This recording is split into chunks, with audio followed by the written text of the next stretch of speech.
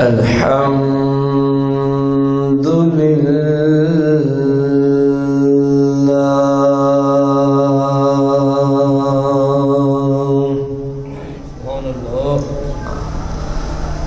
الحمد لله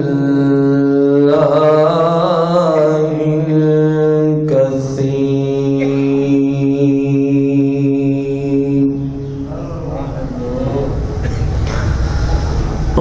والصلاة والسلام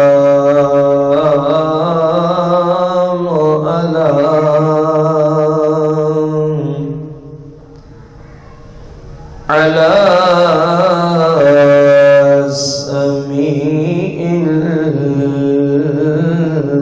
البصير وعلى آله وأصحابه وأزواجه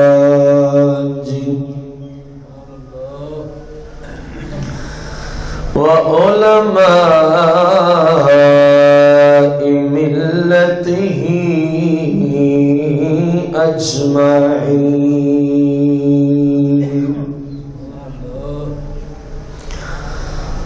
أما بعد فأعوذ بالله من الشيطان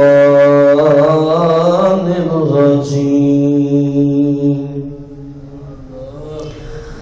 بسم الله الرحمن الرحيم.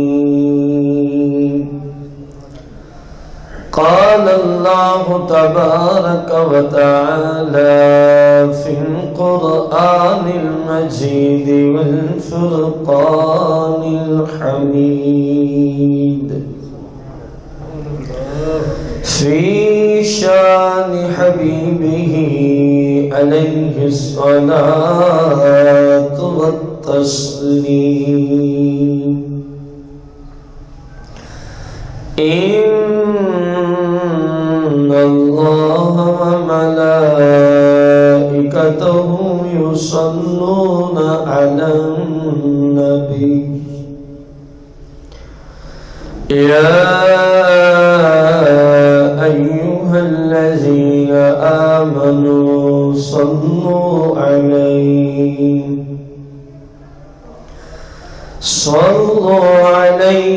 وسلموا تسليما.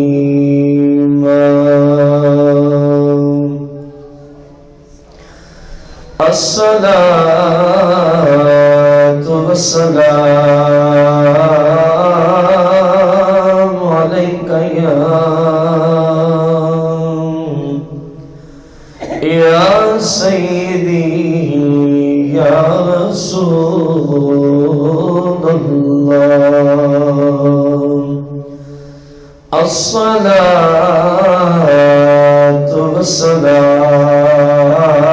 والسلام عليك يا سيدي يا حبيب الله. الصلاة والسلام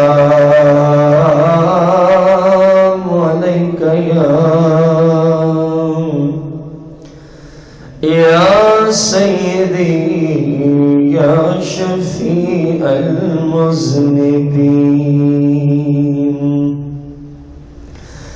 الصلاة والسلام عليك يا سيدي يا حاضر ويا نازل ويا نازل للعالمين.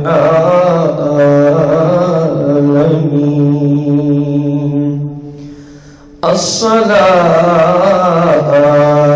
والسلام عليك يا سيدي يا قاسم بكل شيء للعالمين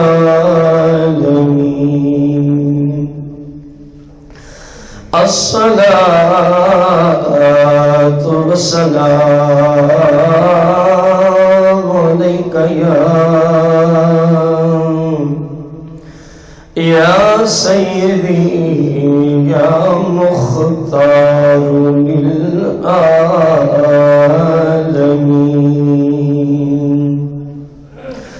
الصلاة والسلام عليك يا سيدي يا رحمة للعالمين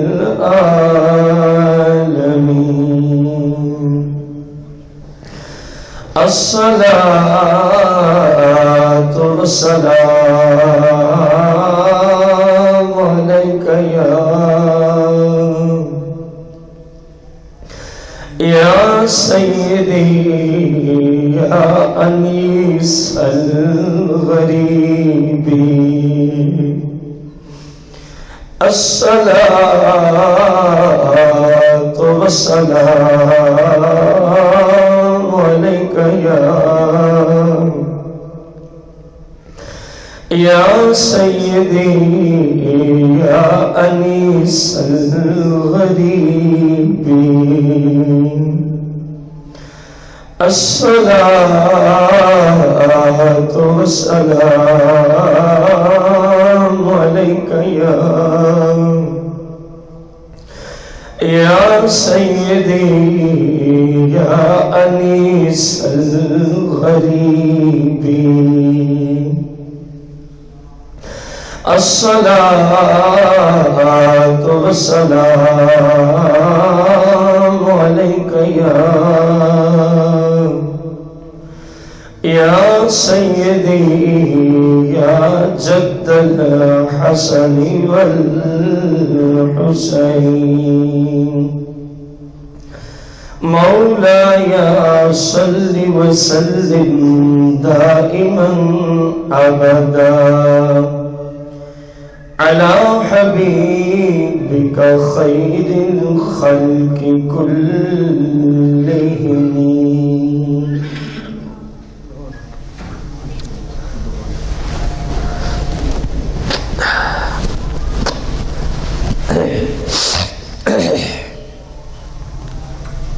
حمد و صلاۃ کے بعد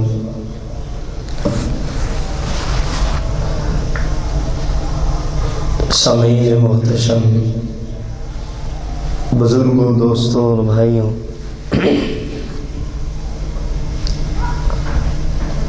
ہمارے آج کے جمعۃ المبارک کے خطبے کا جو موضوع ہے، عرش اعظم کا سایہ کس کس کو نصیب ہوگا، قسط نمبر 3۔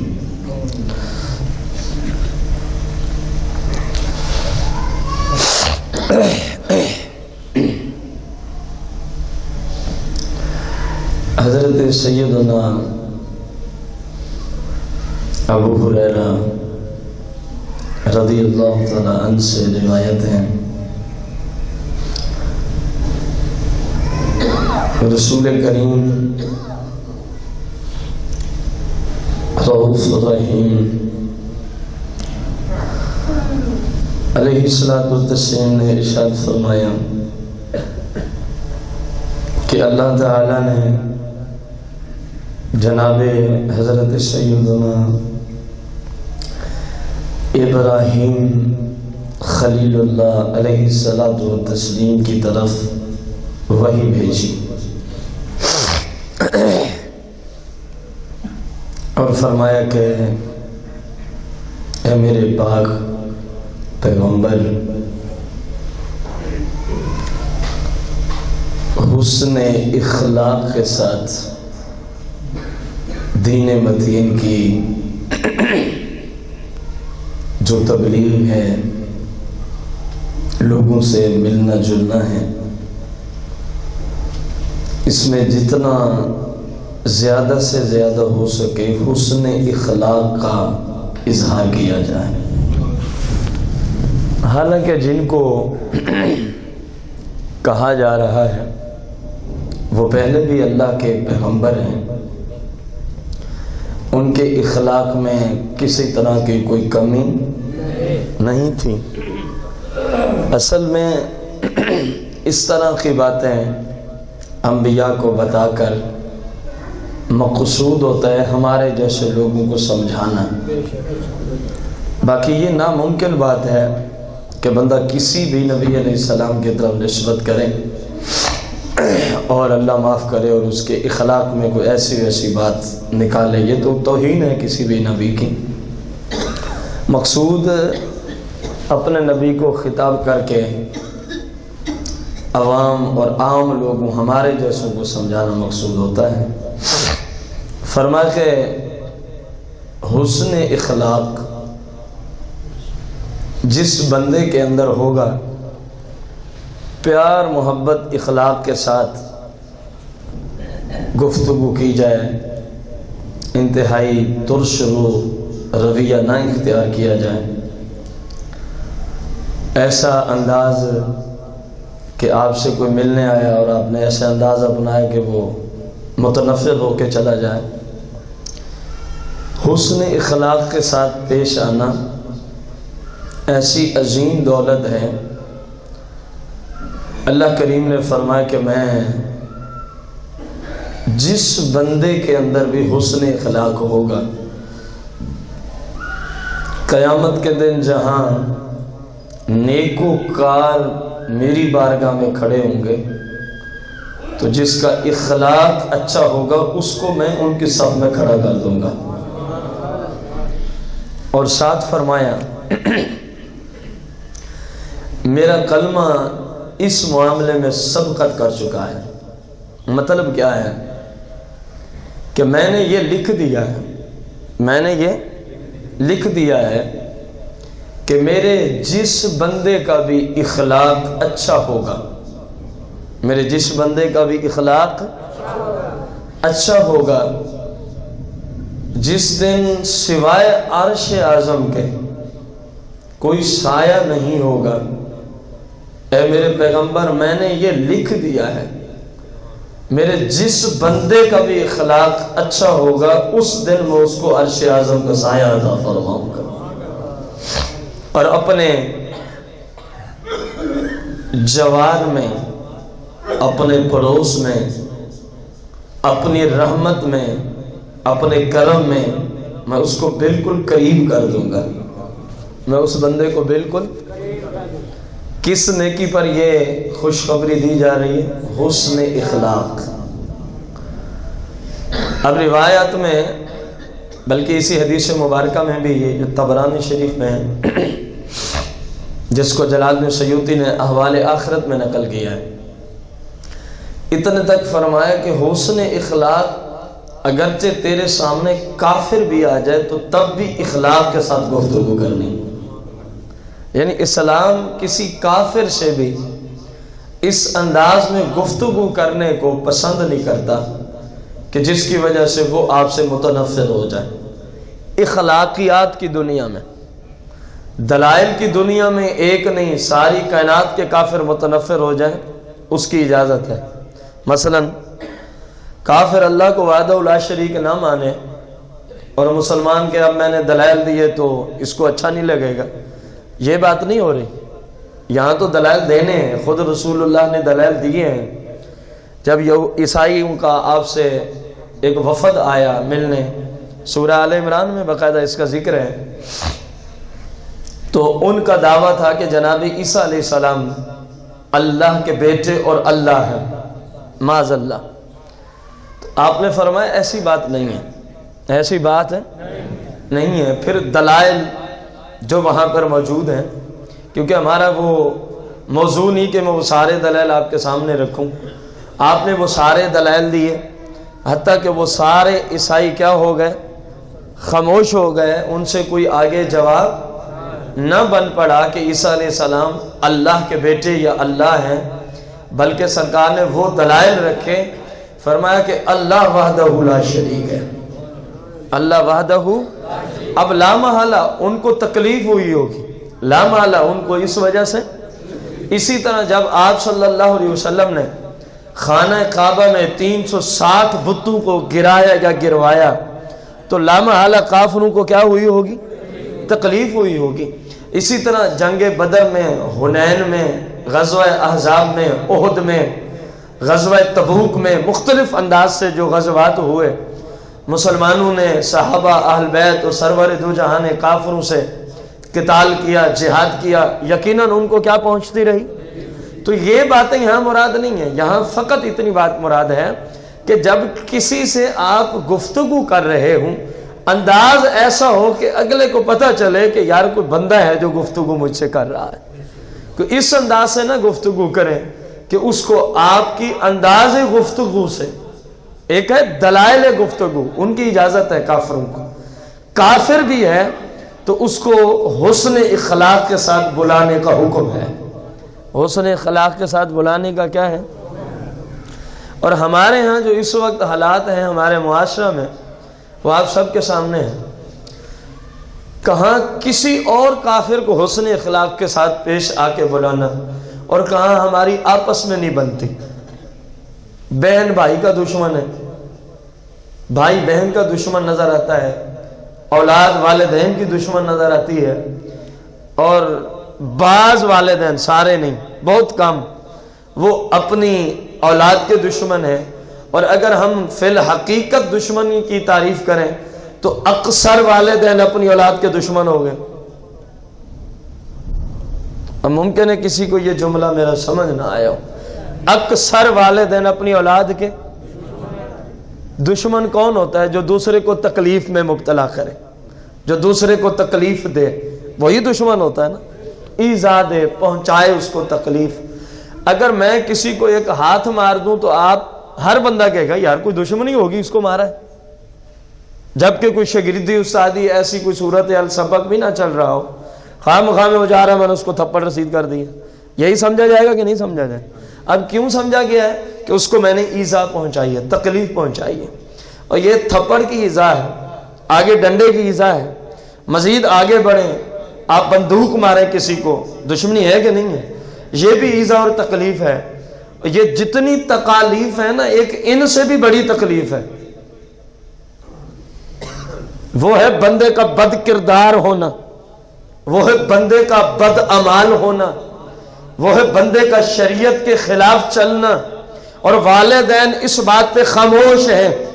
اکثر والدین گھروں میں بچیاں جو کر رہی ہیں، بچے جو کر رہے ہیں، داڑھی رکھ لی ہے تب بھی خاموش ہے، داڑھی نہیں رکھی تب بھی.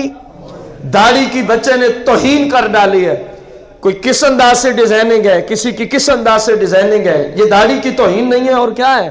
والد کی زبان خاموش ہے، وہ نہیں بول رہا. وہ فلم پہ بیٹھا ہے، والد خاموش ہے. وہ ڈرامے پہ بیٹھا ہے، والد خاموش ہے. وہ حرام زدگی کر رہا ہے، والد خاموش ہے. وہ نماز تک نہیں پڑھتا، والدین. کاش کہ ہر گھر میں والدین یہ ذہن رکھ لیں کہ میں نے اپنی اولاد کی اسلامی تربیت کرنی ہے. تو یہ معاشرہ وہ وقت دور نہیں جب اس معاشرے میں آپ جس بازار کی طرف بھی جائیں گے تو سنت کی خوشبو نظر آئے گی. لیکن کب؟ جب ہر والدین یہ بات لازم کریں. اور ہم نے یہ باتیں کہنا جو کرتے ہیں ٹھیک ہے، ہر بندہ اپنے موج میں ہے. کوئی نہ بیوی کو سمجھائے گا، نہ بچی کو سمجھائے گا، نہ کیا ہوا نہ دیکھا کرو. یہ کوئی سمجھانے کا انداز ہے؟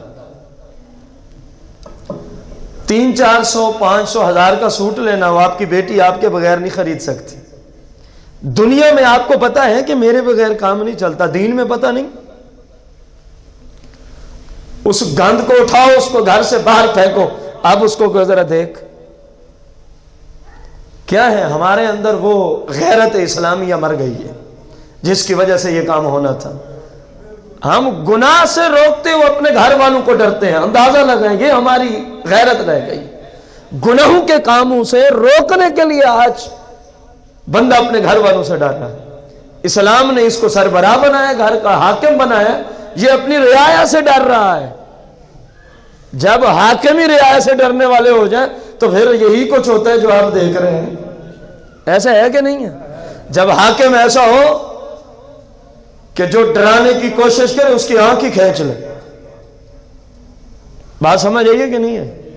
جو ہاتھ بڑھائے اس کے ہاتھ کو پیچھے کر دے, اس کو کہے اگر آئندہ آگے بڑھا تو اس کو توڑ دیا جائے گا.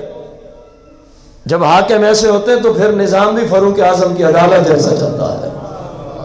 ایسے ہے کہ نہیں ہے؟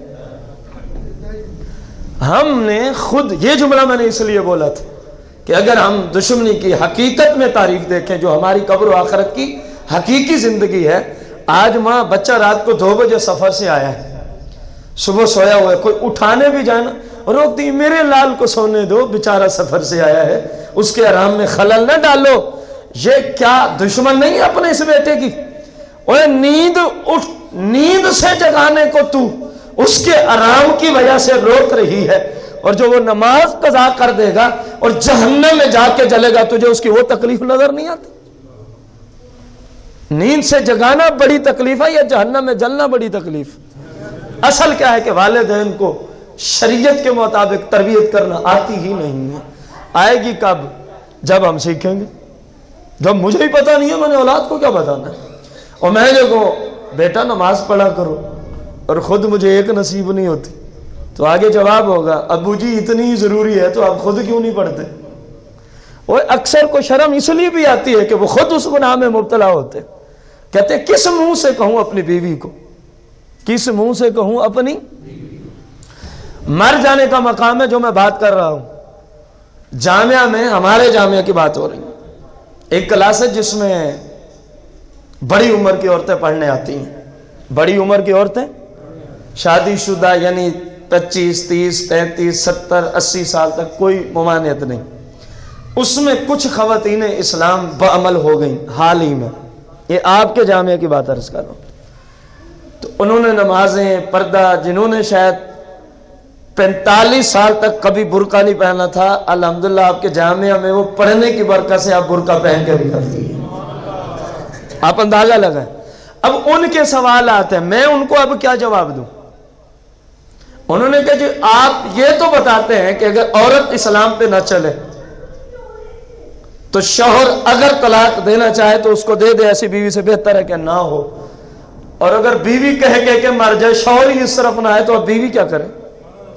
شرم سے مر جانے کا مقام ہے کہ نہیں ہے مردوں کے لیے؟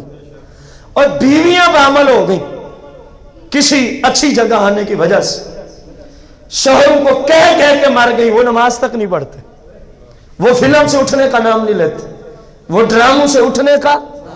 جنہوں نے ان کو سمجھانا تھا وہ خود غرق ہو گئے. اب وہ کوشش میں لگی ہوئی ہیں کہ یہ ظالم اپنی زندگی برباد کر رہا ہے. آج تک اس کو بھی پتہ نہیں تھا, اس کے ساتھ تھی وہ بھی, ان کے ساتھ تھی وہ بھی, کیونکہ ایک دو نہیں. تو کیا پتہ کب چلا؟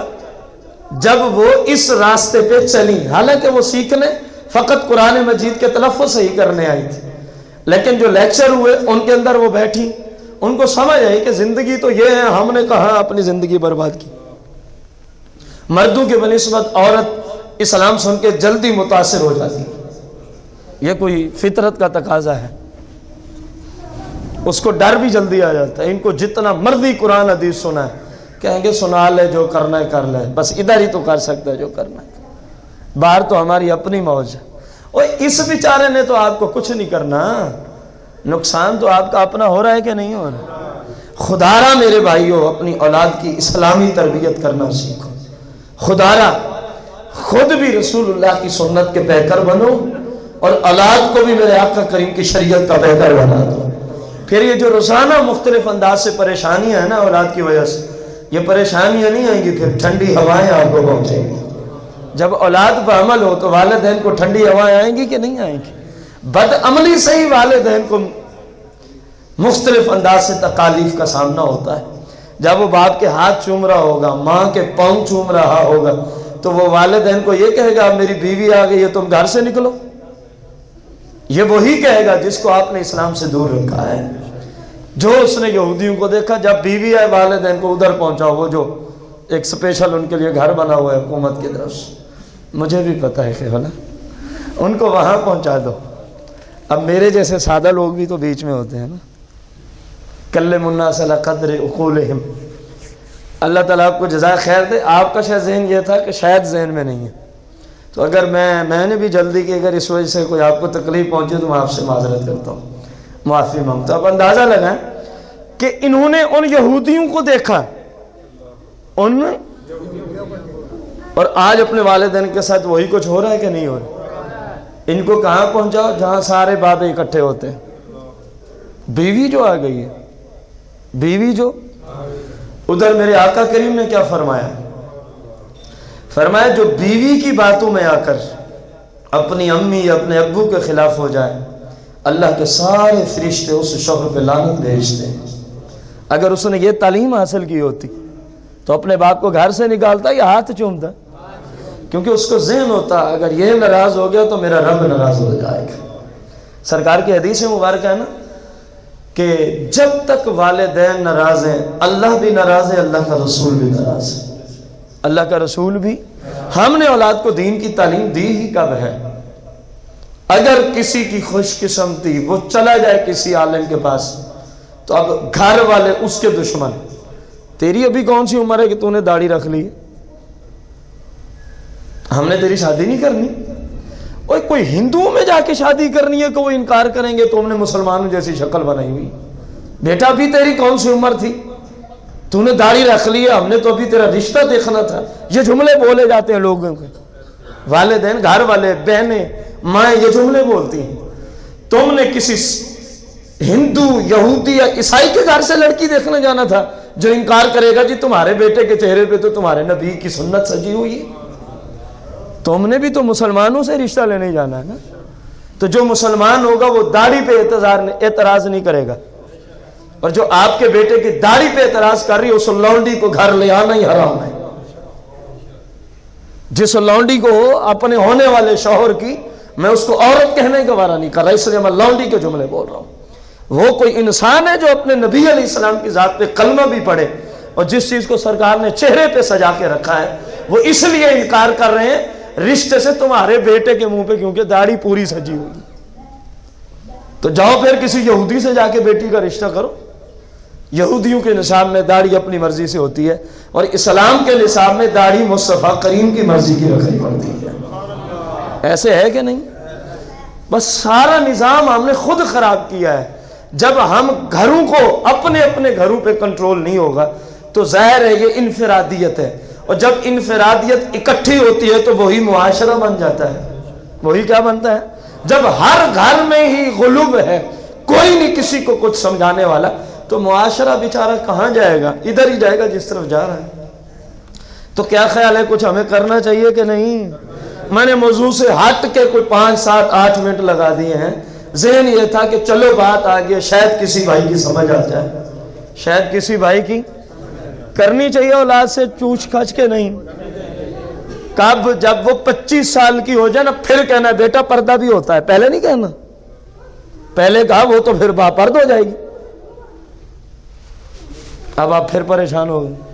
ہمارے معاشرے میں ہو جو یہی رہا ہے, جب تک وہ سکول, کالج, یونیورسٹی میں پڑھتی ہے اس کو پردے کا کہنا ایک جرم ہے والدین کے لیے. سکول میں جو پڑھتی ہے, کالج کی اسٹوڈنٹ, یونیورسٹی میں ہماری بیٹی پڑھنے جاتی ہے, اب وہ میں کیا جملے بولوں جو لوگوں کی طرف سے ہمارے پاس جملے آتے ہیں. اب وہ جہلوں جیسا وہ پردہ کر کے جائے, معاذ اللہ ثم معاذ اللہ. قرآن تمہیں جہالت کا درس دے رہا ہے, بے شرمو کچھ تو شرم کرو.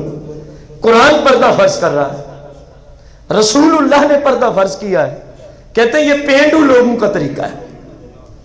پینڈو سے مراد ان کی کیا ہوتا ہے؟ بے وقوف, جاہل, اجل, او پرلے درجے کا پاگل. تمہاری عقل تو فرشتے اس وقت ٹھکانے لگائیں گے نا جب اسرائیل آ جائے گا, پھر تمہیں سمجھ آئے گی کہ جن کو تم پینڈو سمجھتے تھے اللہ کے ہاں تو مقام ہی انہیں لوگوں کا ہے, اور جنہیں تم ترقی یافتہ سمجھتے تھے ان کو تو جہنم کے کتے کھا رہے ہیں. یہود و نصارہ کو دیکھ کے یہ برباد ہو گئی ہے نسل. یہود و نصارہ کی بچیاں جس طرح ننگے انداز میں باہر نکلتی ہیں, آج مسلم معاشرے کی بچی بھی اپنے آپ کو اسی انداز میں باہر